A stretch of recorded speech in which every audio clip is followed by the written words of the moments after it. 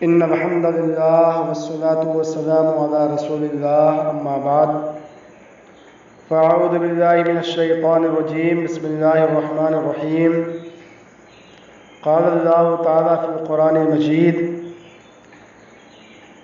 يا نساء النبي لستن كأحد من النساء آمنت بالله صدق الله العظيم وبلغنا رسوله النبي الأمين المتين الكريم ونحن على ذلك لمن الشاہدین والشاکرین۔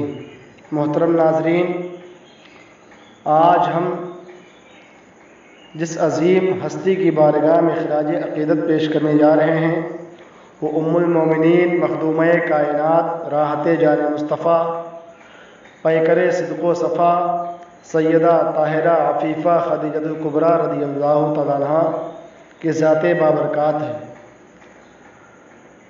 آپ کی پاکیزہ حیات کے چند خوش نما اور دل آویز واقعات آپ کی باذوق سماعتوں کی دہلیز تک پہنچانے کی جرأت و جسارت کریں گے۔ سیدہ خدیجۃ الکبریٰ رضی اللہ تعالیٰ عنہا عام الفیل سے 15 سال پہلے آپ کی ولادت باسعادت ہوئی۔ آپ کا نام خدیجہ، والد کا نام خویلد اور والدہ کا نام فاطمہ ہے۔ والد کی طرف سے آپ کا نسب اس طرح ہے: خویلد بن اسد بن عبد العزیٰ بن قصی بن کلاب بن مرہ بن کعب بن لوی بن غالب بن فہر، اور والدہ کی طرف سے یہ ہے فاطمہ بنت زائدہ بن اسم بن حرم بن رواحہ بن حجر بن عبد بن معیس بن عامر بن لوی بن غالب بن فہر۔ یہ آپ کا سلسلہ نسب ہے۔ آپ کی کنیت ام ہند اور لقب طاہرہ ہے۔ حضرت خدیجۃ الکبریٰ رضی اللہ تعالیٰ عنہا وہ ہیں کہ جو عورتوں میں سب سے پہلے سرکار دو جہاں صلی اللہ علیہ وسلم پر ایمان لائیں اور نبی مکرم صلی اللہ علیہ وسلم کی پہلی بیوی تھی۔ تو دوسرے لفظوں میں یوں کہیے کہ آپ اسلام کی بھی خاتون اول تھیں اور نبی مکرم کی بھی۔ شادی کے بعد حضرت خدیجہ رسول پاک صلی اللہ علیہ وسلم کے ساتھ 25 سال رہیں۔ ان کی زندگی میں آپ نے کسی دوسری عورت سے شادی نہیں کی۔ حضرت عائشہ فرماتی ہیں: لم يتزوج النبی صلی اللہ علیہ وسلم علی خدیجہ حتی ماتت۔ نبی کرم نے حضرت خدیجہ کی زندگی میں دوسری شادی نہیں کی یہاں تک کہ آپ فوت ہو گئیں۔ سرکار دو جہاں کی بارگاہ اقدس میں جن عورتوں کو زوجیت کا شرف حاصل ہوا، حق سبحانہ و تعالیٰ نے اپنے حبیب کی نسبت کی بنا پر ان کو امہات المومنین فرمایا، یعنی مومنوں کی مائیں۔ رب فرماتا ہے: النبی اولیٰ بالمومنین من انفسہم وازواجہ امہاتہم۔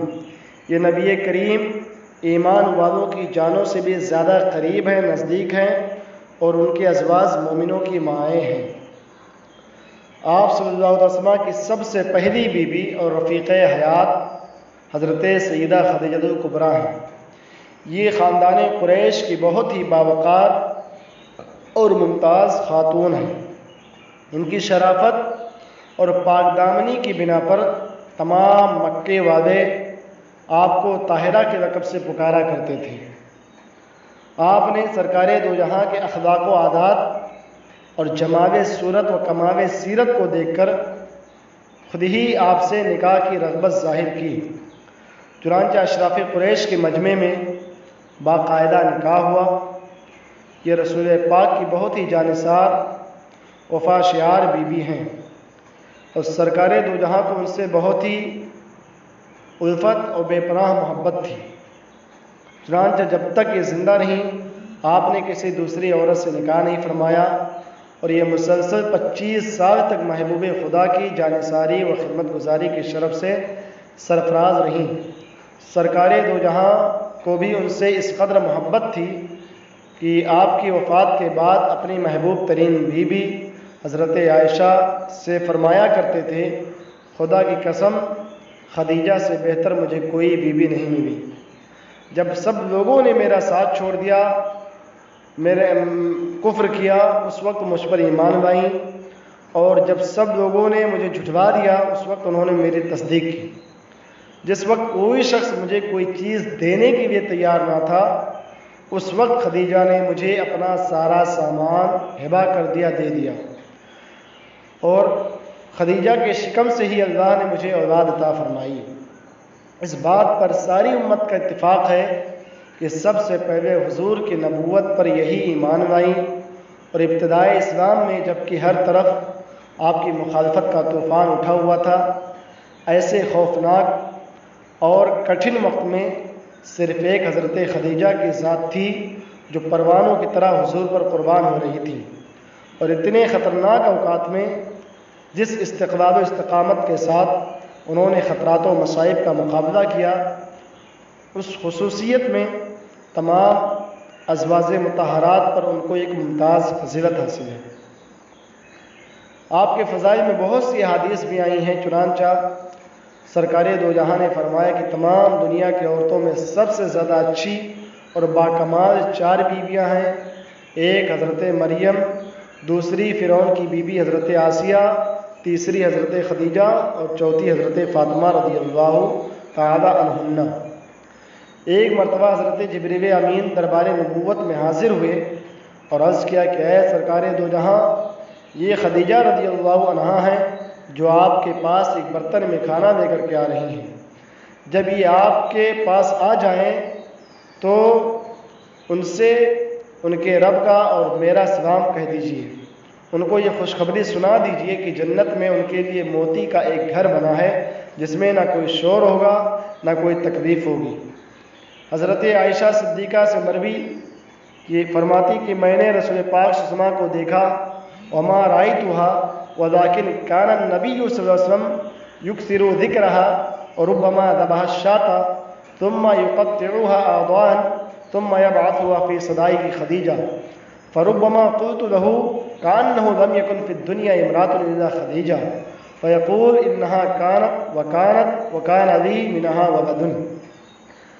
اللہ کے رسول اکثر سیدہ خدیجہ الکبریٰ کا ذکر فرمایا کرتے تھے، فرماتی ہیں بہت دفعہ بکری ذبح کرتے پھر اس کے اعضاء کاٹتے تو حضرت خدیجہ کے سہیلیوں میں بھیج دیتے۔ حضرت عائشہ فرماتی ہیں کہ میں کبھی آپ سے کہہ بھی دیتی کہ گویا خدیجہ کے سوا دنیا میں کوئی اور عورت ہے ہی نہیں، تو آپ فرماتے وہ ایسی تھیں اور ان سے میری اولاد ہوئی۔ مدینے کے تاجدار دو عالم کے مالک و مختار کے ساتھ حضرت خدیجہ الکبریٰ رشتے ازدواج میں منسلک ہونے کے بعد تا حیات آپ کی خدمت میں مصروف رہیں۔ بالآخر جب پیارے آقا کو اعلان نبوت فرمائے 10واں سال شروع ہوا تو آپ کے وصال شریف کا وقت بھی قریب آ گیا۔ نبوت کے 10ویں سال رمضان المبارک کے مہینے میں جبکہ ابو طالب کو وفات پائے ابھی 3 یا 5 ہی روز ہوئے تھے کہ 10 تاریخ کو آپ رضی اللہ تعالیٰ عنہ نے بھی دائی اجل کو لبیک کہتے ہوئے سفر آخرت کے راہی ہو گئیں۔ بوقت وفات آپ کی عمر مبارک 65 برس کی تھی۔ حضرات، حضرت سیدہ خدیجہ الکبریٰ رضی اللہ تعالیٰ عنہ کو آپ صلی اللہ علیہ وسلم کی چچی حضرت سیدنا ام فضل نے غسل دیا۔ حضرت خدیجہ الکبریٰ کو آپ صلی اللہ علیہ وسلم کی چچی حضرت سیدنا ام فضل رضی اللہ عنہا نے غسل دیا، چونکہ جس وقت آپ کا وصال ہوا اس وقت نماز جنازہ کا حکم نہیں آیا تھا، اس لیے آپ پر جنازے کی نماز نہیں پڑھی گئی۔ اعلیٰ حضرت امام احمد رضا خان ایک سوال کے جواب میں تحریر فرماتے ہیں، فی الواقع کتب سیر یعنی کہ سیرت کی کتابوں میں علماء نے یہی لکھا ہے کہ ام المومنین حضرت خدیجہ الکبریٰ کے جنازہ مبارکہ کی نماز نہ ہوئی کہ اس وقت یہ نماز اتری ہی نہ تھی، آپ کی وفات کے بعد اس کا حکم نازل ہوا ہے۔ آپ رضی اللہ تعالیٰ عنہ کو مکہ مکرمہ میں واقع حجون کے مقام پر دفن کیا گیا۔ حجون یہ جو ہے مکہ مکرمہ کے بالائی حصے میں واقع ایک پہاڑ ہے، اس کے پاس اہل مکہ کا قبرستان ہے، اب اسے جنت المعویٰ کہا جاتا ہے۔ جنت البقیع کے بعد جنت المعویٰ دنیا کا سب سے افضل ترین قبرستان ہے۔ یہاں ام المومنین خدیجۃ الکبریٰ، حضرت سیدنا عبداللہ بن عمر اور کئی صحابہ و تابعین رضی اللہ عنہم اور اولیاء و صالحین رحمہم اللہ کے مزارات مقدسہ ہیں۔ اب ان کے قبے یعنی گنبد وغیرہ شہید کر دیے گئے اور مزارات مسمار کر کے ان پر راستے نکالے گئے ہیں، معاذ اللہ۔ تو اعلیٰ حضرت امام احمد رضا فرماتے ہیں، اہل اسلام کے مادران شفیق بانوان طہارت پہ لاکھوں سلام، سیما پہلی ماں کہف امن و امان، حق گزارے رفاقت پہ لاکھوں سلام۔ وآخر دعوانا الحمد للہ رب العالمین۔